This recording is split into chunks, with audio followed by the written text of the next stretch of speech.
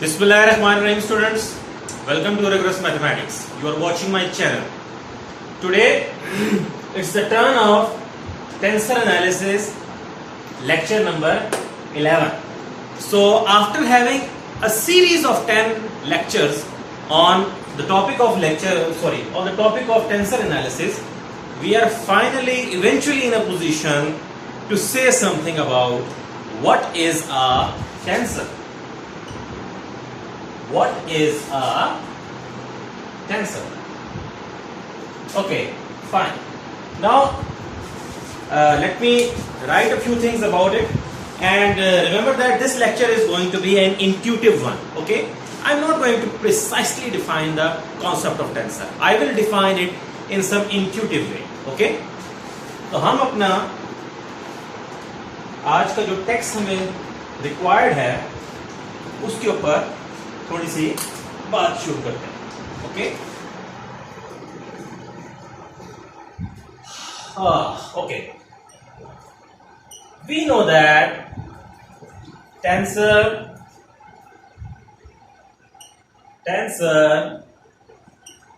is a quantity. Tensor is a quantity whose specification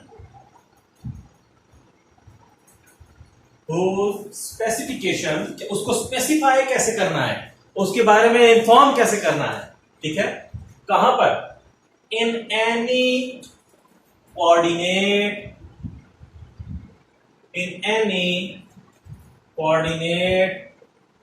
system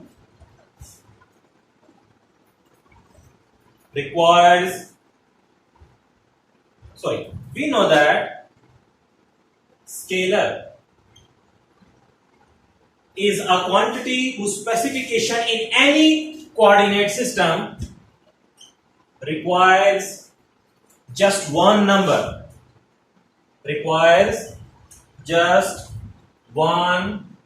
number.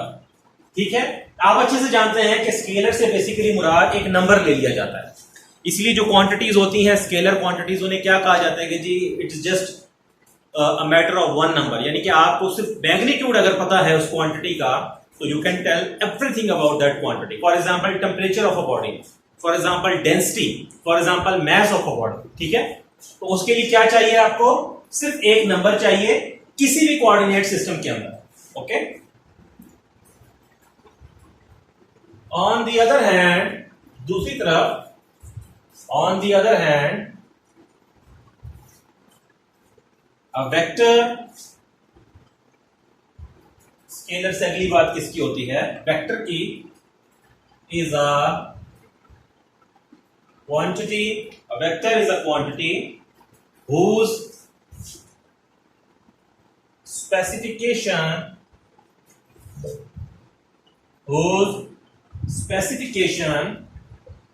in any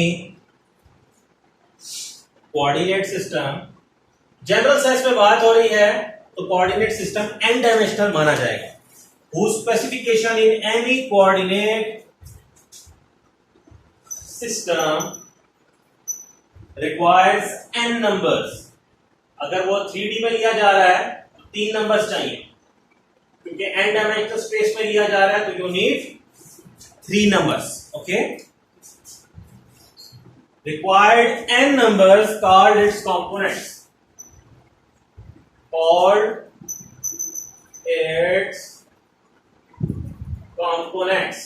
Okay, scalar एक ऐसी quantity है जिसको n dimensional space के अंदर भी रिप्रेजेंट करने के लिए सिर्फ एक नंबर चाहिए, जबकि वेक्टर जो है उसको रिप्रेजेंट करने के लिए क्या चाहिए? किसी भी कोऑर्डिनेट सिस्टम के अंदर n नंबर्स, जिनको क्या कहा जाता है? उसके कंपोनेंट्स कहा जाता है. अब देखिए ये इससे क्या मुराद है. मिसाल के तौर पे अगर 2D का सिस्टम है तो वहां वेक्टर कैसे लिया जाएगा? 2i + 3j. तो ये वो 2 नंबर्स हैं. इसी तरह 3D स्पेस में 3 नंबर्स चाहिए होंगे. तो प्रॉब्लम इज दिस कि जब n डायमेंशनल स्पेस आ जाएगी स्टूडेंट्स, तो वहां पर आपको you will require n numbers. Okay, so what do we get? called n numbers, called its components. Scalars and vectors, scalars and vectors are both special cases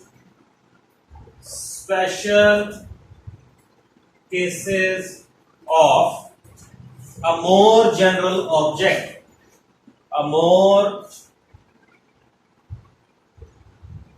general object. ठीक है, कहता है कि स्केलर्स और वेक्टर्स जो हैं ये दोनों स्पेशल केसेस हैं एक बहुत ज्यादा जनरल चीज के, स्पेशल केसेस हैं उसके, यानी कि इन पर्टिकुलर ये वो स्पेशल वो जो मेन जनरल ऑब्जेक्ट है वो रिड्यूस हो जाता है स्केलर्स और वेक्टर्स तक अंडर सर्टेन कंडीशंस। ठीक है, जब अप्लाई की जाती हैं। Are both special cases of a more general object called tensor, called a tensor.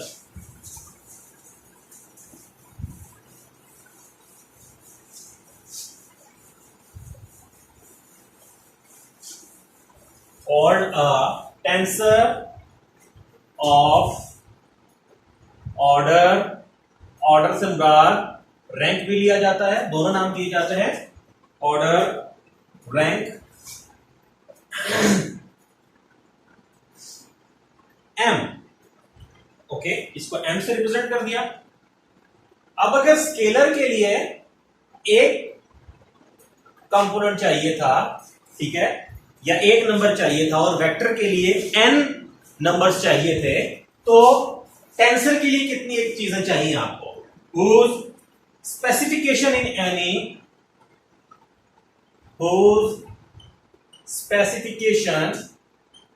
in any coordinate system, whose specification in any given coordinate system,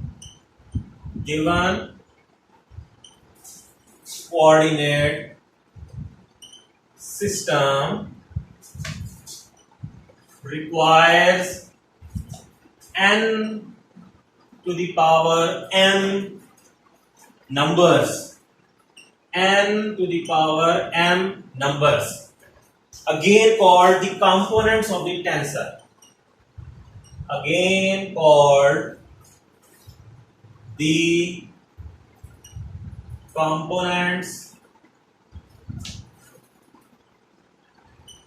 of a tensor.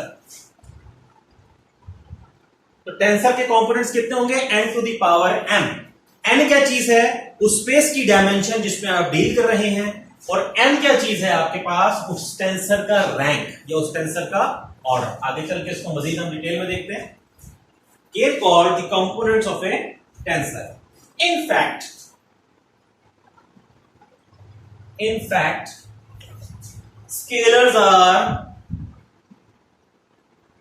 scalars are tensors of order 0। scalars जो होते हैं वो क्या होते हैं? These are also tensors, different kind of tensors but with same rank 0। Scalar एक ऐसा tensor है जिसका रैंक क्या है? 0। ओके, और अगर 0 रैंक है तो टेंसर को n डायमेंशनल स्पेस में जब उसके नंबर ऑफ एलिमेंट्स चाहिए होते हैं उसको स्पेसिफाई करने के लिए वो किस फार्मूले से आते हैं? n to the power m। तो n डायमेंशनल स्पेस है और m कितना होगा? रैंक 0 है। तो यहां से आप देख सकते हैं कि जो बात शुरू में लिखी थी कि स्केलर को रिप्रेजेंट करने के लिए एक ऐसी क्वांटिटी है, सिर्फ एक नंबर चाहिए होता है। ठीक है, तो वहां यहां से हमने टेक्निकली देखा कि जो फार्मूला है वहां से भी कितने उसके एलिमेंट, उसके क्या नाम है, कह लें कि जो नंबर ऑफ एलिमेंट्स रिक्वायर्ड है उसको रिप्रेजेंट करने के लिए वो कितने आ रहे हैं? 1, या कंपोनेंट इसको कहते हैं। With n power 0 equals to 1 component हो गया। And vectors are called are called का लफ्ज सही नहीं है, यहां पे सिर्फ टेंसर्स होगा। Vectors are tensors of rank. इनको कौन से रैंक के टेंसर कहा जाता है? फर्स्ट रैंक का टेंसर कहा जाता है। और कितने एलिमेंट्स रिक्वायर होंगे, कितने कंपोनेंट्स चाहिए होंगे? फार्मूला क्या है? n to the power rank. तो n डायमेंशन है उस स्पेस की और m क्या है? रैंक। तो आपने देखा कि विद n कंपोनेंट्स, ओके। कोई सोच सकता है कि स्केलर्स को 0 रैंक क्यों दिया गया और वेक्टर्स को फर्स्ट रैंक क्यों दिया गया?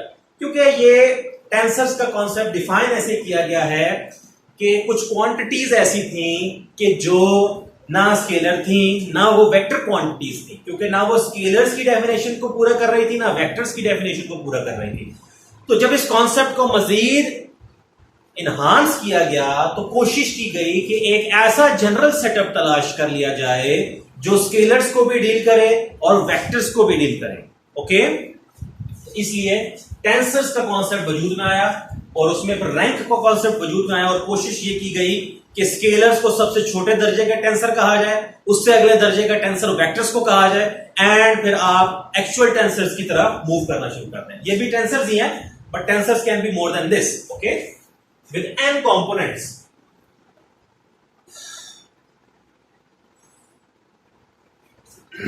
फाइनली ये ऑर्डर या रैंक क्या है? द ऑर्डर और रैंक, द ऑर्डर और rank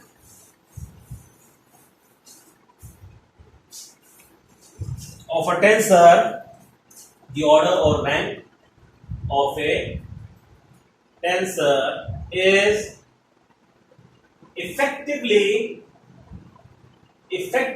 the number of indices used in it, is effectively the number of indices used in it, okay dear।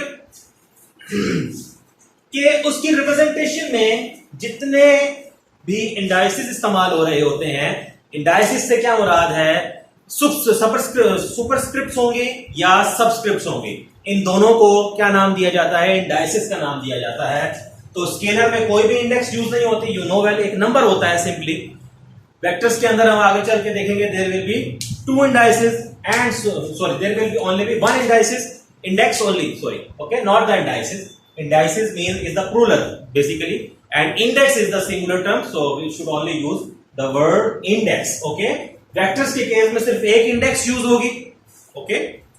And जब आप टेंसर्स को हायर रैंक्स में डिफाइन करेंगे तो फिर वहां उसके हिसाब से वहां पर जो है वो उतनी इंडाइसेस आती जाएंगी जितने रैंक का वो टेंसर होगा। तो आज के लेक्चर में हमने मेनली क्या चीज सीखी कि इंट्यूटिवली आप कैसे टेंसर की तरफ देख सकते हो।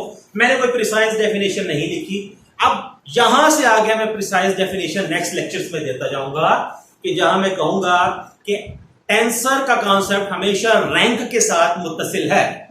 Tensor independently without the notion of rank define नहीं होता। जब भी टेंसर आएगा तो उसका कोई रैंक होगा, तो आगे चल के जो पहला लेक्चर होना चाहिए वो टेंसर ऑफ 0 ऑर्डर या टेंसर ऑफ 0 रैंक होना चाहिए। और टेंसर ऑफ 0 ऑर्डर या टेंसर ऑफ 0 रैंक कौन से हैं? These are actually the scalars. मैं फिर से रिवाइज करवा देता हूं, स्केलर्स क्या हैं? Scalars is a quantity we just need one number to specify itself। Tensor को पहला रैंक जब दिया जाता है, what does it mean? It is a vector in the n-dimensional space which requires n numbers to represent itself, which means it has n components। So tensor of 0 rank हो गया, tensor of first rank हो गया। Moving further, talk about the general tensors। Tensors can only be the scalars or the vectors। There can be some quantities which are neither the scalar nor the vector, they are actually the tensors, okay। So there is such quantity exists, stress। In physics you have learn about stress and strain, these are the tensors of rank 2, these are the tensors of second rank। We will in the next lectures we will talk about such tensors as well. तो हमने देख लिया कि scalars की class tensors की class में contain करती है, वेक्टर्स की क्लास भी टेंसर्स की क्लास में कंटेन कर जाती है, and in general you can talk about tensors of rank more than one. And in general, in the next few lectures, we will see that you can talk about tensors of rank R, tensors of rank M as well. Okay? और rank से क्या मुराद है? जितनी indices उसमें इस्तेमाल हो रही है. स्केलर्स के केस में कोई इंडेक्स नहीं है, वेक्टर्स के केस में there will be one index. Okay? And so on and so forth. Hopefully you have enjoyed the lecture. Keep liking and sharing my videos and subscribe the channel for latest mathematics videos on rigorous mathematics. Thank you so much.